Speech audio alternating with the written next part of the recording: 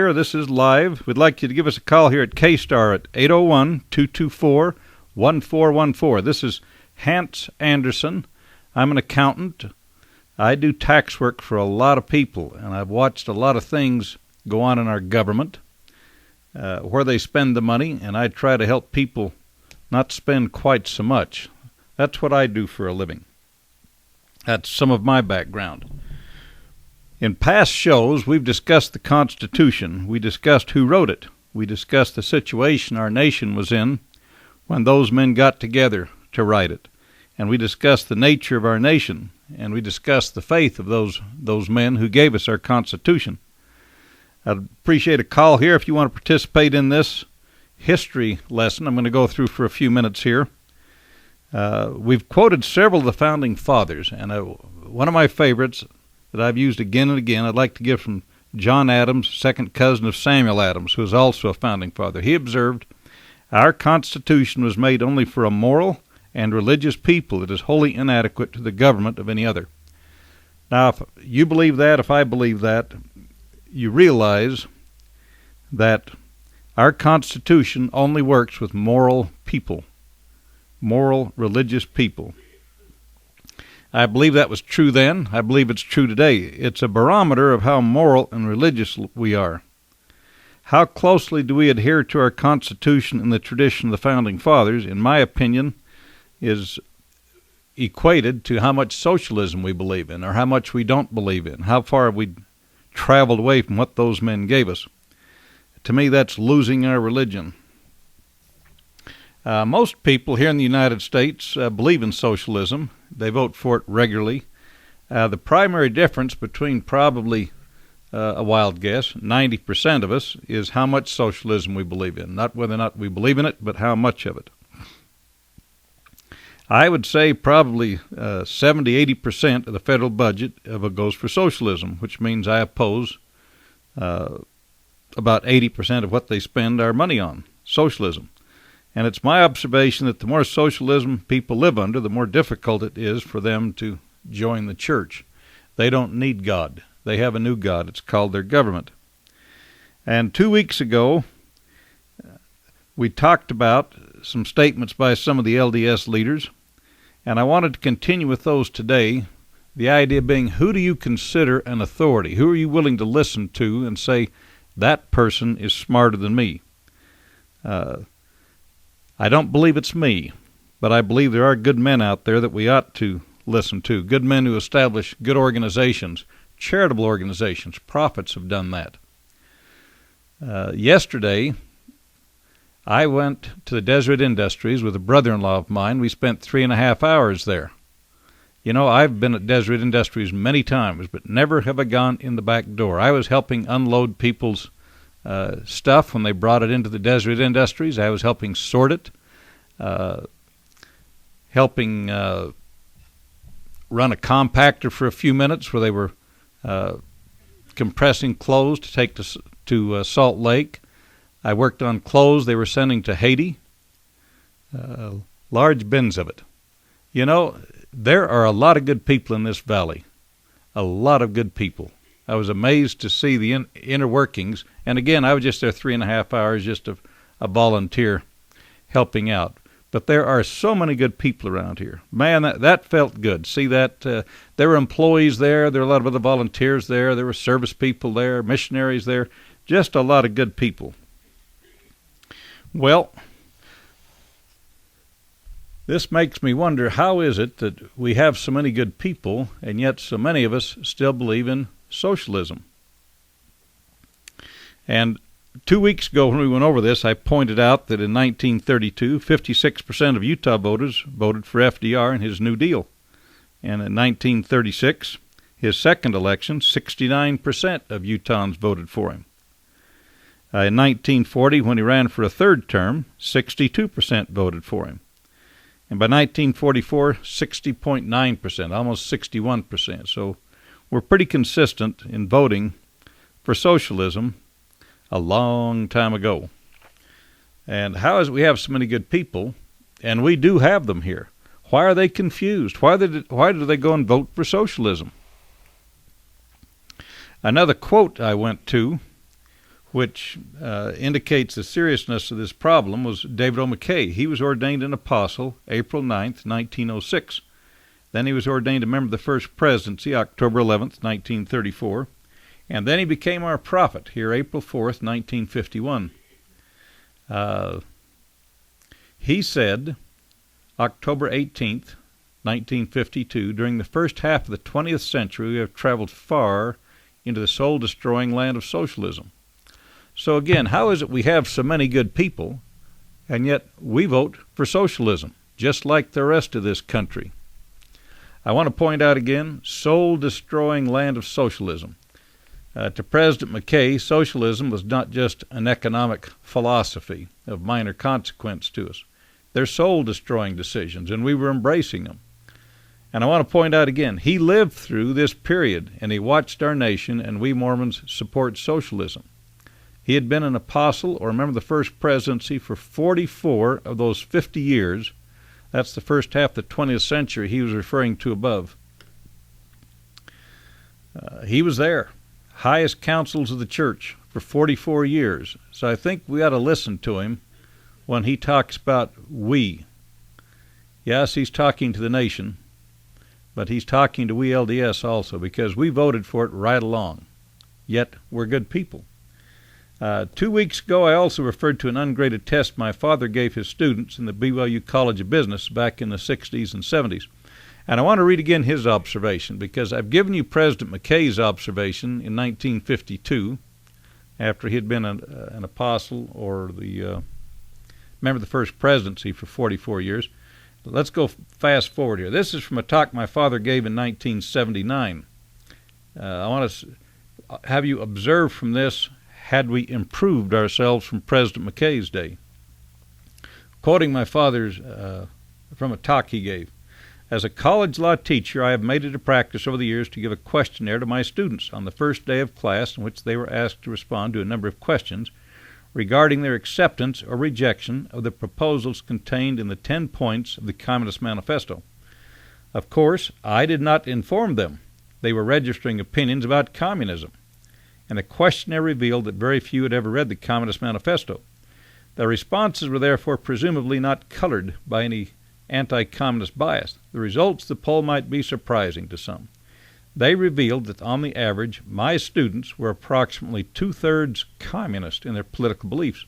That is, on average, they accepted about 2/3 the communist program for socializing a capitalist nation. Well, again, that's from a talk my father gave in 79. I want to give that to you because we have President McKay in 52. We have my father giving tests to hundreds and hundreds of students between beginning of the 1960s, the end of the 70s, observing that his students, BYU students, he taught mainly upper division. They were the accounting students. They were business students. You'd think this would be the bastion of free enterprise, and yet here they are. They believe in socialism. And again, how can so many good people be deceived? I then quoted from a letter from President McKay to the Board of Trustees, which he wrote. And let me just read part of this. I cannot help but think there is a direct relationship between the present evil trends which I have above indicated and the very marked tendency of the people of our country to pass on to the state the responsibility for their moral and economic welfare. This trend to a welfare state in which people look to and worship government more than their God is certain to sap the individual ambitions and the moral fiber of our youth. I hope no one on the faculty of Brigham Young University will advocate positions which cannot be harmonized with the views of every prophet of the church, from the prophet Joseph Smith on down, concerning our belief that we should be strong and self-reliant individuals, not dependent upon the largesse or benefaction of government. And here's his kicker. None of the doctrines of our church give any sanction to the concept of a socialistic state. So President McKay still hadn't changed his mind. And my purpose in reviewing this information is to emphasize the fact that President McKay believed socialism was against the Constitution. And he attributed our trend towards more personal evil as being a result of our turning toward socialism. Now that's out of a letter from the Board of Trustees to the BYU faculty and staff administration. Now, I wanted to go back to the Constitution for a minute and give you another evidence that socialism was not part of the Constitution. One of the evidences of this we can go to is the federal expenditures in the federal budget. If you go back to the statistical abstract, you can go up to BYU and get this, same thing I did, of the United States. Go back to 1900. They're old books. You're going to have to work to find them. They're there, though. I made Xerox copies of them. But you learn, if you go back and look at this statistical abstract, that socialism was not a part of our government. You would think that if socialism was part of the intent of the Founding Fathers, and that was what they thought was a legitimate use of federal funds, you'd find $1 spent on it anyway. Well, you don't. There was a Department of the Interior that took care of the Indians. Suppose you could say, well, they sent them flour and meat and stuff like that, and that's kind of like socialism. But this is not what they were doing. They were wards of the state, so to speak, because we kept throwing them off their lands. But this was the Department of Interior. They took care of the pensions, government employees, federal lands, mining, and so forth. If you go back and look at that statistical abstract, go through the expenditures, you won't find a single dollar going in for Social Security, federal housing, federal education, Medicare, student loans, food stamps. It's not there. If you go back and look at the 1900 budget, you will find two departments which you could arguably say were outside the original intent of our Founding Fathers. There was a Department of Agriculture, and there was a Department of Labor. That year, the Department of Labor cost $173,000. The Department of Agriculture cost $3,625,851. So combined, those two departments, which you could say were outside the original intent of the Founding Fathers, they were less than 1% of the federal budget. Less than 1%. So how did we get to where we are today? Well, if you go back and look at these statistical abstracts from 1930 to 1940, you'll see the federal budget went from 11% to 60% of the federal budget going into socialism. And I believe this is evidence that the Constitution, in the tradition of the Founding Fathers, had no place for socialism. And let me read this again from President McKay. During the first half of the 20th century, we have traveled far into the soul-destroying land of socialism. Again, who do you consider an authority on political philosophy? Give us a call here if you want to participate, 801-224-1414. Do you believe socialism is soul-destroying? And if you do, why do we vote for it? I mean, there are great people in this valley, great people, and yet the vast majority of us, historically, vote for socialism. You know, there are a lot of people down there at Desert Industries yesterday morning. I looked around the place, I looked at the books and so forth. There's a lot of good people down there every day. And nobody drags me down there. Nobody dragged anybody else down there either. They're there because they want to help. Socialists would have had the police hauling me down there, or the threat of a policeman hauling me down there to make sure I was performing my charitable duty that day. Let me go back and give you a few quotes. How far back has our prophets from the past, how far back can we go and say these people rejected socialism? And if you happen to think that these men are men of authority you ought to listen to, this should be valuable to you. Wednesday the 13th. This is from Joseph Smith's History of the Church, Volume 6, page 33. I attended a lecture at the Grove by Mr. Finch, John Finch, a socialist from England, and said a few words in reply. Thursday the 14th. I attended a second lecture on socialism. I said I did not believe the doctrine. All right, there's Joseph Smith. These first few I'm referring to, we went over a couple of weeks ago, but it doesn't hurt to review some of this stuff. I forget, others forget. Okay, let's go on. Here's Brigham Young, Journal of Discourses, Volume 14. We heard Brother Taylor's exposition of what is called socialism this morning. What can they do? Live on each other and beg. It is a poor, unwise, and very imbecile people who cannot take care of themselves. So, back in those days, if you believe in socialism, you were an imbecile. Many of you, here's another one from Brigham Young, Journal of Discourses, again, Volume 18. Many of you have heard what certain journalists have had to say about Brigham Young being opposed to free schools. I am opposed to free education as much as I am opposed to taking property from one man and giving it to another who does not know how to take care of it. In aiding and blessing the poor, I do not believe in allowing my charities to go through the hands of a set of robbers who pocket 9/10 for themselves and give 1/10 to the poor. So here he is blasting public education.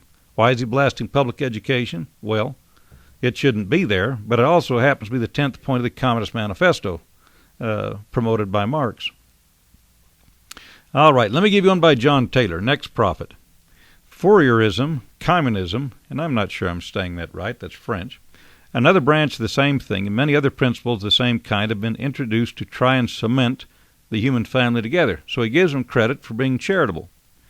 But all these things have failed, and they will fail because however philanthropic, humanitarian, benevolent, or cosmopolitan our ideas, it is impossible to produce a true and correct union without the spirit of the living God. So, Fourierism, that was another term for socialism back in those days, he's saying it's going to fail because you've left God out of it again. Here's another one, John Taylor. I was speaking a while ago about the people that are being divided into three classes. One of them you may call infidel, under the head of socialism, Fourierism, and other isms. Communism is a specimen of the same thing. Again, John Taylor. So we've got Brigham Young here calling them imbeciles, if we believe in it, and John Taylor calling us infidels. Do you believe socialism is no longer the political philosophy of infidels and imbeciles just because more people believe in it, or we don't get it hammered in conference on a regular basis anymore? Maybe the reason we don't hear about these things anymore is that too many of us are political imbeciles and infidels. Okay, let's continue the evidence. If you want to participate again, give us a call here, 801-224-1414. This is a call-in show. I'm live and right here. Give us a call. Here's Lorenzo Snow. We cannot be forced into living a celestial law. We must do this ourselves of our own free will, and whatever we do in regard to the principles of the United Order, we must do it because we desire to do it. The United Order is not French communism, which again, we're going way back before the communists took over and showed what happened when they got the reins. That's Lorenzo Snow. His observation, you can't force people to live the celestial order. And that's not the United Order. I'm going to say more about that later. Okay, here's another, Joseph F. Smith. We want you to be one both in temporal, political, and religious things. In fact, in everything you put your hand to in righteousness. We want you to be one. One is God, and Christ are one, seeing eye to eye. Do not try to crush anybody or build yourselves up at the expense of your neighbor. So he's talking about equality, but not using force to get there. Here's George Albert Smith. And I'm going into some of this stuff because I want to point out this problem of socialism and people not understanding it is not unique to 2010. These prophets, clear back then, the 1840s, 1850s, 1860s, 1890s, 1900, they had the same problem. And they tried to explain to the Mormons, and that's who they're talking to. This is what we're dealing with here, still before the radio was running. They're trying to explain to we Mormons, yeah, you participate in welfare projects to help people, but you don't use force. Okay, here's George Albert Smith.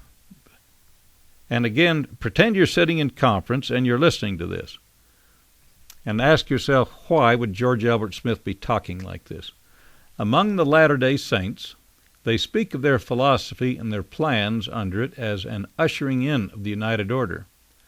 Communism and all other similar isms bear no relationship whatever to the United Order. I'll read that again. George Albert Smith. Communism and all other similar isms bear no relationship whatever to the United Order. Latter-day Saints cannot be true to their faith and lend aid, encouragement, or sympathy to any of these false philosophies. They will prove snares to your feet. That's Heber J. Grant.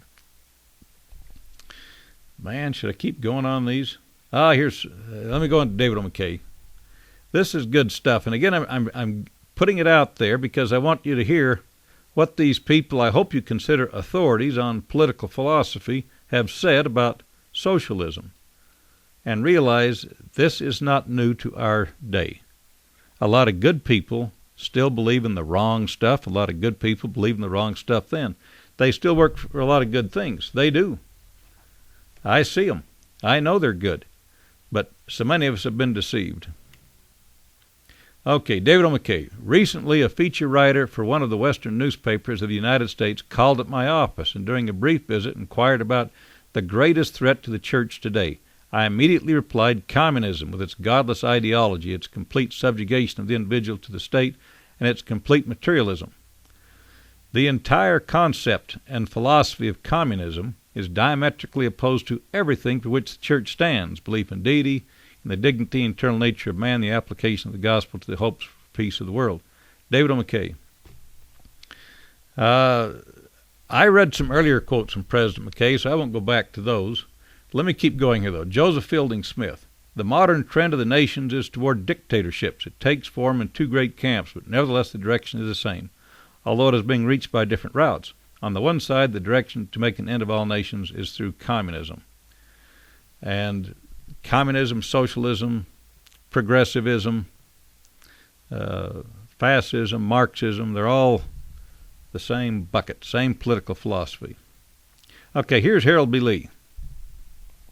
Now keep in mind, this is out of his teachings book, page 314, 315, if you want to check this one. Now keep in mind, with all the crowding in of the socialistic reform programs that are threatening the very foundation of the church. Now, who's he talking to? Is he talking to Russia and how bad socialism has gotten over there? Or is he talking to we here in the United States? Is he talking to we Mormons? Let me read that again. This is tough stuff. Keep in mind, with all the crowding in of the socialistic reform programs that are threatening the very foundation of the church, we must never forget that the Lord said that the church may stand independent above all other creatures beneath the celestial world. Whenever we allow ourselves to become entangled and have to be subsidized from government sources, and we think that it's the expedient way to do business in this day, or when we yield to such pressures, I warn you that government subsidies are not the Lord's way. And if we begin to accept, we are on our way to becoming subsidized politically as well as financially. Now, why is he concerned about this? Well, I read that the first line. They are threatening the very foundation of the church. So again, socialism, it's evil. Harold B. Lee taught us this. Let me again ask, were these prophets wrong? Or is socialism now just fine? Has the soul-destroying nature of socialism switched to benevolence and a harmless charity? No, it hasn't. Let me continue here. Here's President Kimball. This is Deseret News, 1976. This is a newspaper reporter who was traveling with him. Spencer W. Kimball, president and spiritual leader of the world's Mormons, said Friday his church is against state welfare systems. And then he quotes him. This is from Amsterdam when President Kimball was over there, and he's quoting him when he was speaking over there. We don't believe in government welfare systems, he declared. We teach our people to be thrifty so that if they get into financial trouble, they can look to their family, then to the church, but never to the government. President Kimball, 81, was speaking at a news conference in the Dutch capital where Mormon leaders are holding a two-day gathering during a series of area general conferences. Here's another one from President Kimball. And you know, one of these days, I'm hoping someone who disagrees with what we're discussing here, that they'll go back and they'll put together 16 quotes proving that these prophets believe in socialism. Wouldn't that be great? Then we could have a real discussion. Well, when they come up with the 0, and I've still got my 16, it might be a short discussion. But I want you to know that what these men believe. They should be our authorities for people in this neighborhood. Here's from a letter this is President Kimball's teachings, from a letter he wrote someone. Assume you become the world leader of socialism, and in it have marked success, but through your devotion to it you fail to live the gospel. Where are you then? Is anything worthwhile which will estrange you from your friends, your church membership, your family, your eternal promises, your faith? So what happens if you become a good socialist? I think we could find some Mormons in Congress right now who should have read that letter. Okay, let's go on to President Benson. And again, if you want to participate here, give us a call. 801-224-1414. 801-224-1414. Maybe you've looked up some of these statements. Maybe you've read some of this material.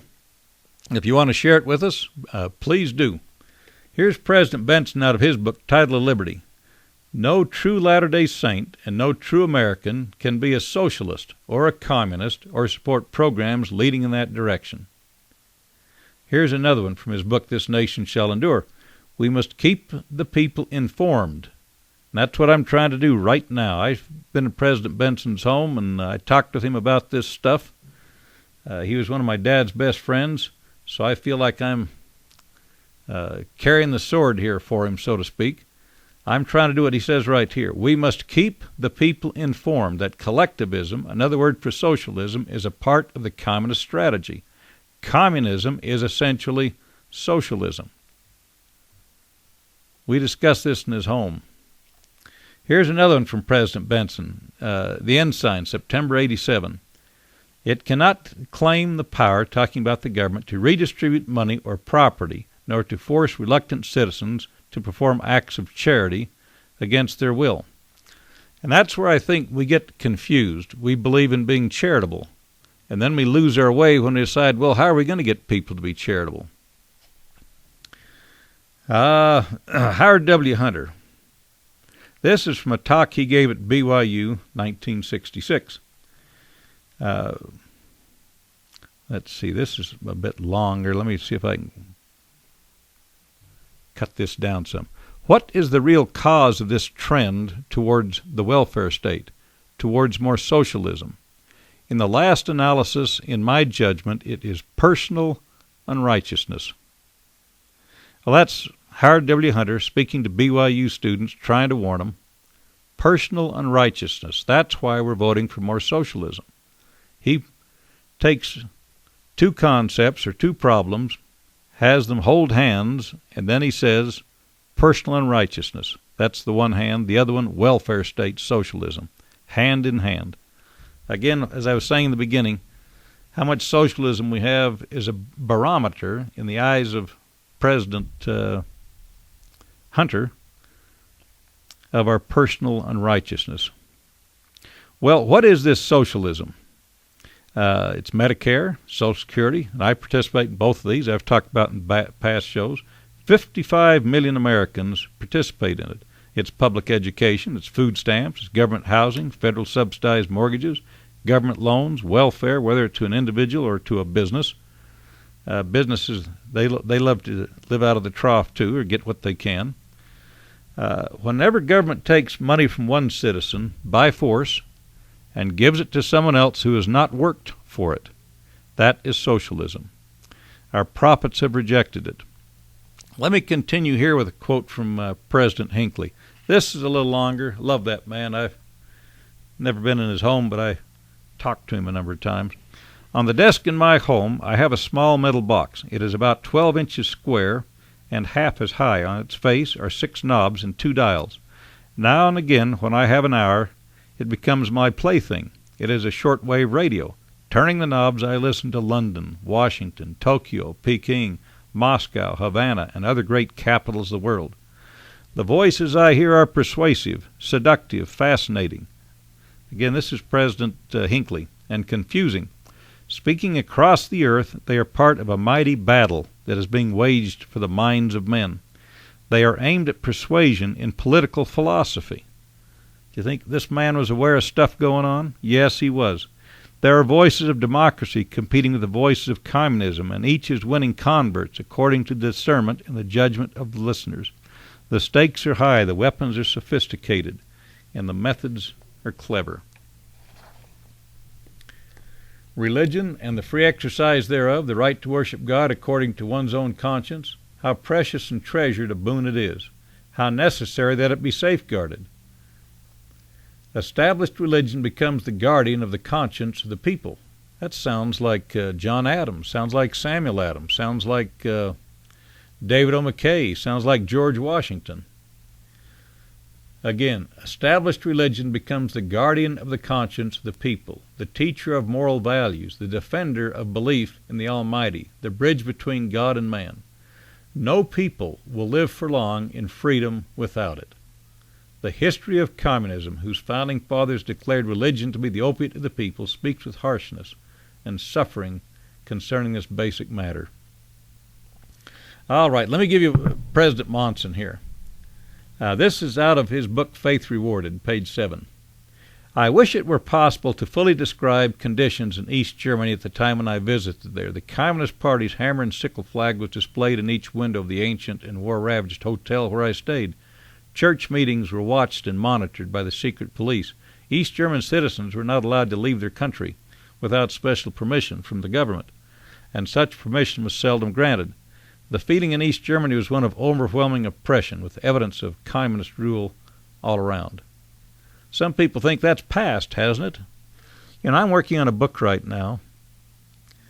A good friend of mine, one of my best friends, he was 14 years in a communist prison camp. He got out in 1989. I wanted to put his story in this book. You want to know why I can't do it? Because he still has family in that communist country. He's fearful for their lives. He's afraid of them. You think communism's dead? Do you think these people that have family there think all is well? You can trust them now? I wish you could talk to a bunch of these people I talk with. Still don't want anybody to know what they've been through, what they've done, what they had to do to escape not that many years ago. Here's another for President Monson. At this central location, this is from Be Your Best Self. At this central location and at numerous other sites throughout the world, fruits and vegetables are canned and commodities are processed, labeled, stored, and distributed to those persons who are in need. It's like these people I worked with yesterday at the Desert Industries. There is no sign of a government dole nor the exchange of currency here, since only the signed order from an ordained bishop is honored. Journalists marvel at this unique welfare plan and write glowingly of a people who take justifiable pride in the independence of caring for their own. President Monson, 177, Be Your Best Self. Again, a police wagon did not show up, being sent there by President Monson to get me to go down to DI yesterday. He's not that kind of a man, any more than Brigham Young was, or Joseph Smith, or Lorenzo Snow, the rest of them. Well, I'm going to repeat myself here. I believe the reason our prophets have consistently attacked socialism, communism, the welfare state beliefs, is because it was wrong. It was wrong when President Joseph Smith looked at it. It's still wrong today. I also believe the reason every prophet has addressed it is because we still need to hear it. Not only is socialism wrong, it's a philosophy most Mormons still believe in it. And I believe there are two reasons Mormons believe in socialism. First, the world believes in socialism. It's the popular thing to do. You can't hardly find a candidate who isn't in favor of it. So you're kind of like, maybe you heard the story about the friend driving by his drunk friend one night,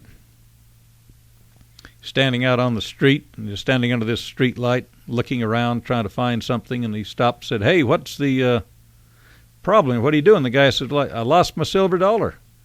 And so his friend got out and said, "Well, I'll help you find it." So they walked around for a few minutes, and finally his friend says to his drunk buddy, he says, "Well, now, do you remember just exactly where you were standing when you lost it?" He said, "Oh, yeah, it was up the street here about 150 yards. And his friend says, "Well, what are you looking here for then?" He says, "Well, the light's a lot better over here." Poor humor, but that's like trying to find a politician. You don't find good politicians are pretty much in outer darkness. Well, going on here, the more we believe in it, I believe that's the less our free prophets feel they can talk about it. To be a leader, you have to have followers, and like Moses in the desert, our prophet does the best he can also. Well, moving along here. I believe the second reason Mormons believe in socialism is that we are confused about the nature of charity. I mean, I was working with a bunch of people down there yesterday, good people, but I think they're confused, and they need to go back and read these quotes. We do not know the difference between inviting someone to serve his fellow man, as we were down there working together yesterday, and forcing him to serve his fellow man. We don't know the difference. I believe this same confusion in the pre-existence may be what separated us there. When do we have God's blessing to use force on one another? When do we have his blessing? When do we have his blessing according to our prophets, the authorities we ought to be listening to? Joseph Smith, he attempted to get the saints to live the law of consecration. Anybody who knows church history has read that. Anybody who listens to Donna Max's show knows that when she's been going through the D&C. Let me read you a few scriptures indicating what Joseph Smith said would be best for we Mormons. What would be the very best things for us economically, which he then had to back away from because we couldn't do it. But let me give you a quote here. This is from the Doctrine and Covenants. That you may be equal in bonds of heavenly things, yea, and earthly things also, for the obtaining of heavenly things. For if ye are not equal in earthly things, ye cannot be equal in obtaining heavenly things. D&C 78, 5 and 6. So this was the goal. This was the explanation of the goal. Joseph Smith. That sounds to me like we're supposed to love each other, work for each other, help each other. And the observation here, if we're to be equal in obtaining heavenly things, we have to be equal in earthly things. So we love each other. We share with each other. We work together. Do you see anything in there about compulsion, setting up a government, setting up socialism? No, we already read what Joseph Smith said about socialism, so we can skip that. But it is not given that one man should possess that which is above another. Wherefore the world lieth in sin. That's D&C section 49. Well, Joseph Smith wasn't the first one to come up with this idea. We ought to be good to each other. We ought to be at Desert Industries. We ought to be working together. We ought to be helping each other. If you read the New Testament, Joseph Smith and Peter had the same idea. Peter was the prophet after Christ was crucified. Here's what Peter did. And this is in the New Testament, Acts 4 and 32. And again, I hope you'd like to participate in this. 801-224-1414. If I'm getting off course here, steer me if you agree. Cheer me on here. But give us a call here, 801-224-1414. Let me give you Peter here from the New Testament. And the multitude of them that believed. That'd be like a bunch of Mormons getting together today, or a bunch of Christians. And the multitude of them that believed were of one heart and of one soul. Neither said any of them that aught of the things which he possessed was his own, but they had all things common. All right, again, is there one iota of evidence that Joseph Smith or Peter or any of our modern prophets believed in using government force to accomplish this equality that Peter said he believed in? There's not. We do believe murderers and liars and thieves should be subject to government force. Those people need to be punished by the force of government. I believe where Mormons lose their way is they equate prosecution of criminals with prosecution of people who are not charitable. Isn't that strange? Our prophets have it figured out. You don't do that. You do not use government to prosecute people who are not charitable. You do not make it a crime not to be a charitable person. Never once has this been promoted. There's not one iota of evidence our prophets approved of it, and yet we vote for it. Of course, it's the law, and I believe we have to obey the law, and I don't challenge that.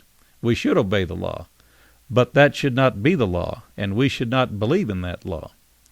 And to reiterate what I've said 3 or 4 times already, socialism, the philosophy of compulsory charity, according to President McKay, is soul-destroying. And as President Hunter said, the more socialism we believe in, That's a register of our personal unrighteousness. Like we've got our own barometer for our nation. And we of all people know that there's more to life. It's called the next life. And if socialism is soul-destroying, we who believe that it is soul-destroying, we've got to speak up. We've got to talk to our friends and neighbors. Yes, we have to obey the law, but we ought to condemn it. We ought to make popular that which is good and let people know, hey, this is bad stuff. And it's not just you. You can get a bunch of these authorities and show it to people. You remember when Christ talked with the rich young ruler, and he urged him to help the poor, and then he let the rich man walk away when he didn't? Let me ask you, is there one iota of evidence Christ changed his mind and decided not to let the rich young ruler walk away? Is there evidence Christ ever used force to get people to be charitable? And again, all these socialist programs are the law, and we have to obey the law. But again, the law is wrong, and the law is soul-destroying. It's a sin. Well, next I wanted to talk more about this cause of what I believe is the cause of this confusion and this misidentification of many LDS with socialists and with the socialist philosophy. My whole life I've heard my fellow Mormons say the United Order, or the Order of Enoch, or the Law of Consecration. They're the same thing as socialism, communism, fascism, the New Deal, progressivism. I've heard this my whole life. I suppose you have too. That's one of the reasons I went through 16 prophets here, their statements that let us know they weren't confused about it. These men knew the difference. Going back a long ways, my great-grandpa, Israel Hoyt, he was the first president of the United Order. Have any of you ever been down to Orderville? I've been through there several times. My great-grandfather lived down there. Well, anyway, as a result of our family history, we have some traditions and beliefs regarding the United Order. Stories that have been handed down, the histories that we've read that these people left. And anyway, because of these traditions and beliefs, it really rouses us up when some saint says the United Order was socialism or some form of socialism. Well, it was not, and it was not figuring out how to do it right. Going back to the statements previously cited by the prophets from Joseph Smith on down, the prophets knew it. The men that were participating in the United Order, and again my great-grandfather was the first president of it, they did not believe it was socialism. Nothing has changed.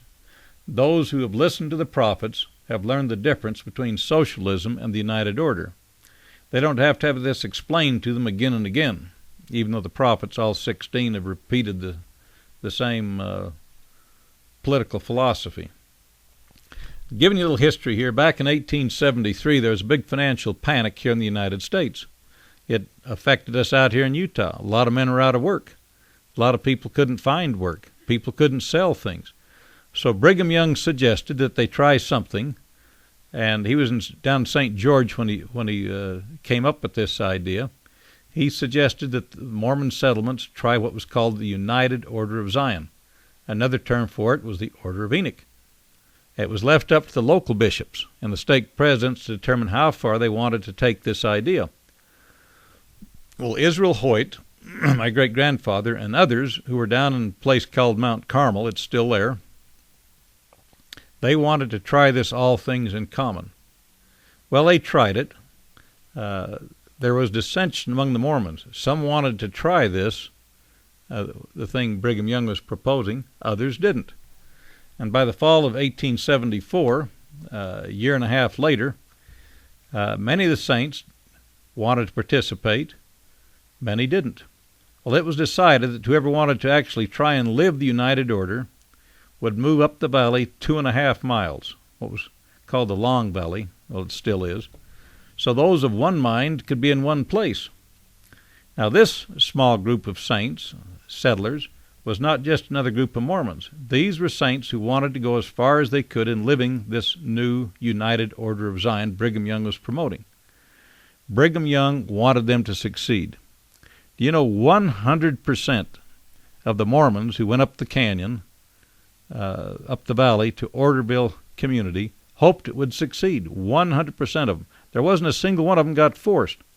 Now, this is one of the reasons the United Order lasted longer in Orderville than any place else. These people went up there. They made new covenants to bear one another's burdens. They actually got baptized again into the order. We don't do things like that anymore. We realize that one baptism is enough, but this is one of the things they used to do to show the Lord we're going to be different. And now, members of the church were not labeled good Mormons because of the United Order, if they joined it, nor were they labeled bad Mormons if they didn't choose to join. This was a personal choice. It was not a membership requirement. It was just doing what the prophets suggested they do. But to get into it, applicants had to demonstrate a desire to work for the good of all and to follow their church leaders.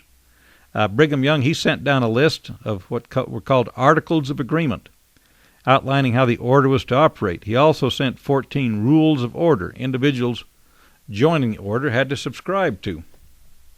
You know, reading through these questions, reading through these agreements that my great-grandfather and others made back there in Orderville, it makes you think the covenant Alma asked his convert members to make at the Waters of Mormon.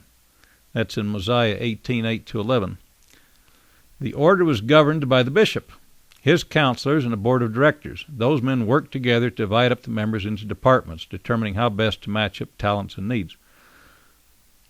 Now, the purpose of going through Israelite history, and this extremely brief history of the United Order, is to eliminate the misconception that my grandpa and the bishops who followed him and the Latter-day Saints there were socialists. I want to eliminate that misconcept. I hope you'll help me in educating my fellow Mormons. They were not socialists. 100% of the saints who joined the order came of their own free will. Not a one of them had the sheriff involved. They wanted to bear one another's burdens. They made a covenant. Not once did one of those Mormons, including my great-grandfather, ever propose forcing their fellow saints to have all things in common. Not once was there a law passed compelling people to participate. Not once was there the proposal that they would force their fellow man to be charitable. Personal choice, not coercion, determined who joined. To join the order, part of the covenant involved the rebaptism, which I've already mentioned. Well, how would a socialist have handled a difference of opinion? They had differences of opinion in Mount Carmel. How would a socialist have handled the problem? A socialist would bring the sheriff into the fray. The sheriff would tell the people there 51% or more have favored the order. And then they would tell the sheriff, it's your job to seize the property of those less charitable saints. Force them to turn their land over to the church, which is what the saints did who went up to the order. The church owned the land. It owned their homes. It owned everything. A socialist would say, you do not have a choice in this matter. Over half of us believe in it. We will now force you to participate in it.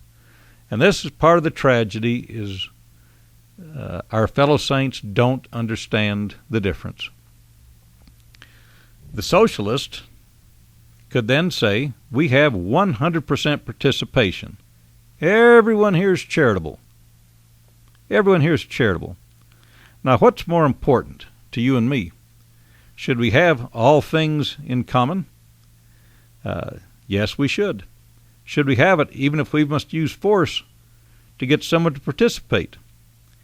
Or is changing the heart or changing actions going to help a person eternally? Which one's going to do it? If you force a man to be charitable, is he now charitable? What are we looking for here? A change of the heart? Do you believe that you have helped someone you forced to be charitable? Going back to what I said in the beginning, going back to the federal budget, 1900, you go through that. There's almost no socialism. There's a Department of Labor. There's a Department of Agriculture. Less than 1% of the federal budget went for these things. The big takeoff became 1930 to 1940. And I point that out as another evidence that our founding fathers did not believe in socialism. And I'll say it again, our church leaders do not believe in socialism. The United Order was not socialism. Socialism appeals to those who wish to live off the labor of others and to force laborers to continue to support them. It appeals to those who wish to exercise control or dominion or compulsion upon the souls of the children of men. To individuals who have no use for the agency of man, you can refer to that in Moses 4:3, socialism sounds like God's plan to care for one's brother. It is not. It is Satan's counterfeit. We read one of the prophets over here on that. They talk about it ushering in the United Order, but it's not. And Latter-day Saints should not believe it is. The socialist would be content to announce 100% of the saints in Orderville have given their all to the church, and 100% of the saints in Mount Carmel have given their all to the church. The socialist is not concerned about turning the hearts of the saints. The socialist is content to use violence, government force, or the threat of it to accomplish what appears to the untrained eye to be the same 100% participation in loving their fellow man. And this, I believe, is the primary reason we're confused. We're confused because we cannot identify the difference between what is the proper role of government and what is the improper role of government. Should government punish crime? Yes, it should punish crime. That's Scripture. However, lack of charity is not and should not be a criminal offense. It is not the proper role of government to criminalize lack of charity and then use government to compel acts of charity. Again, nobody showed up and dragged me down to DI. No one. D&C 121. How seriously is this decision, whether or not we're going to use force on our fellow man improperly? D&C 121:37, to exercise control or dominion or compulsion upon the souls of the children of men in any degree of unrighteousness. Behold, the heavens withdraw themselves, the Spirit of the Lord is grieved, and when it is withdrawn, amen, to the priesthood or the authority of that man. I read that because the point I'm trying to make here is that socialism, compulsory charity, compelling people to share, whether it's for food stamps, old age, public schools, medical bills, housing, food stamps, these are, in my opinion, all where we fall to this weakness we all have. We want to exercise control, dominion, or compulsion upon the souls of the children of men, and it's unrighteous to do that. And what does our Father in heaven say is going to be the result of that if we continue in that belief? Amen to the priesthood, to the authority of that man. Well, we're done. Again, I hope this has been informative to you. I've enjoyed sharing these messages with you. I hope you'll do some research and find out what these men have said. Share it with your fellow man. They need it. They need it. There are a lot of good people out there. I mean great people. You see them every day. They're everywhere. Share your thoughts with them, and we'll see you. Have I got a caller? Caller, you got about 30 seconds. Okay, really quickly. I agree with this philosophy. I'm just wondering about some of the things that are happening are kind of merging this difference. Like now they're saying that homeschoolers can get money for some of their programs for, to take a science class. They can order the book and do a science class. And it seems like that might be okay because you're getting taxes back. Maybe in theory, maybe it's wrong. Give me a quick solution. Well, anything, and this is common, anything that the government subsidizes, it also will control. Mm-hmm. And that's where the problem, I'd say that's a step going in the right direction, but it's still not the solution to the problem, which is obvious. It's out of the 10th point of the Communist Manifesto. The government still controls it. But I think that's a step in the right direction. That gives people more freedom than they have otherwise. Mm-hmm. So I think that's a plus. Okay, all right. Thank you so much for your comments. So enjoyed your show. Hey, thank you. Uh-huh.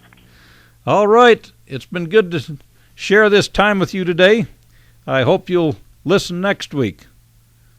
next week, Friday, 10 to 11, where we'll carry on with this discussion of our Constitution. Have a good day, and we'll see you next week. Thank you.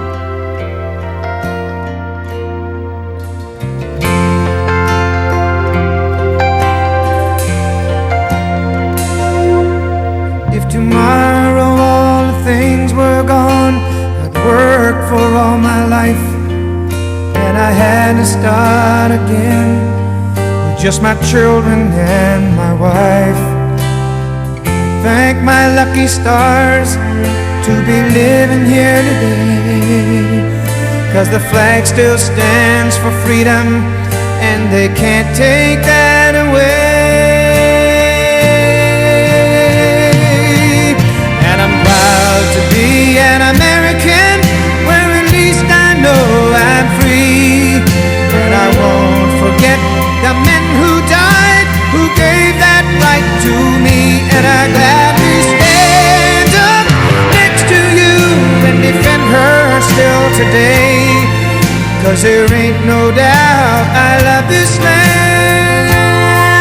God bless the USA.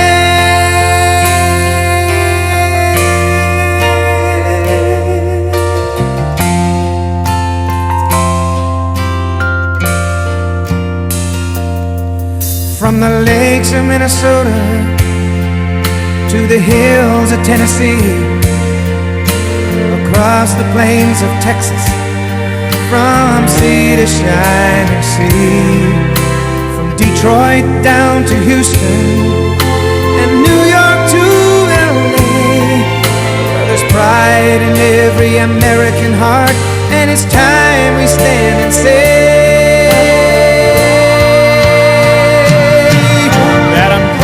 to be an American, where at least I know I'm free. And I won't forget the men who died, who gave that right to me. And I gladly stand up next to you and defend her still today, 'cause there ain't no doubt I love this land. God bless the USA.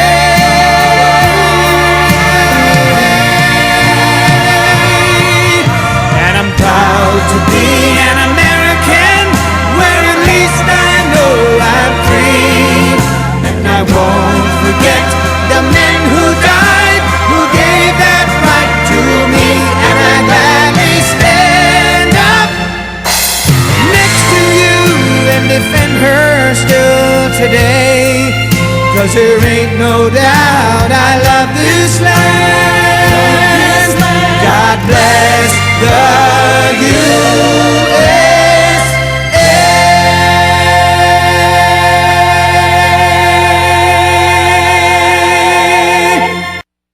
1400 K-Star is KSRR Provo.